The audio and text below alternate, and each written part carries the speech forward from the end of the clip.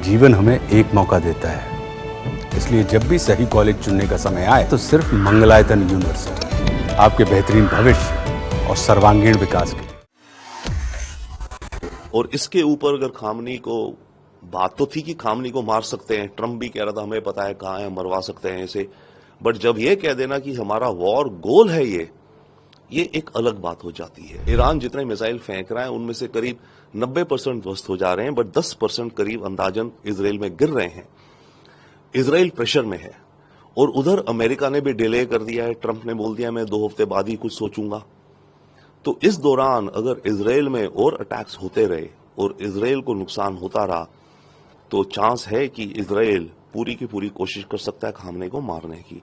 अगर खामने को मारना उन्होंने एक वॉर गोल डिक्लेयर करा है तो ये एक तरह का खतरा और बढ़ता है। ऑलरेडी बहुत खतरा है, ऑलरेडी बहुत जान माल का नुकसान हो रहा है और पूरे रीजन में होने के चांसेस हैं। और इसके ऊपर अगर खामनी को बात तो थी कि खामनी को मार सकते हैं, ट्रंप भी कह रहा था हमें पता है कहाँ है, मरवा सकते हैं इसे, बट जब ये कह देना कि हमारा वॉर गोल है ये एक अलग बात हो जाती है।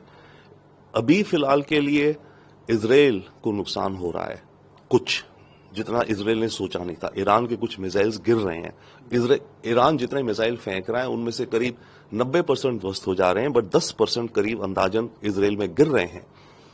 इजराइल प्रेशर में है और उधर अमेरिका ने भी डिले कर दिया है। ट्रंप ने बोल दिया मैं 2 हफ्ते बाद ही कुछ सोचूंगा।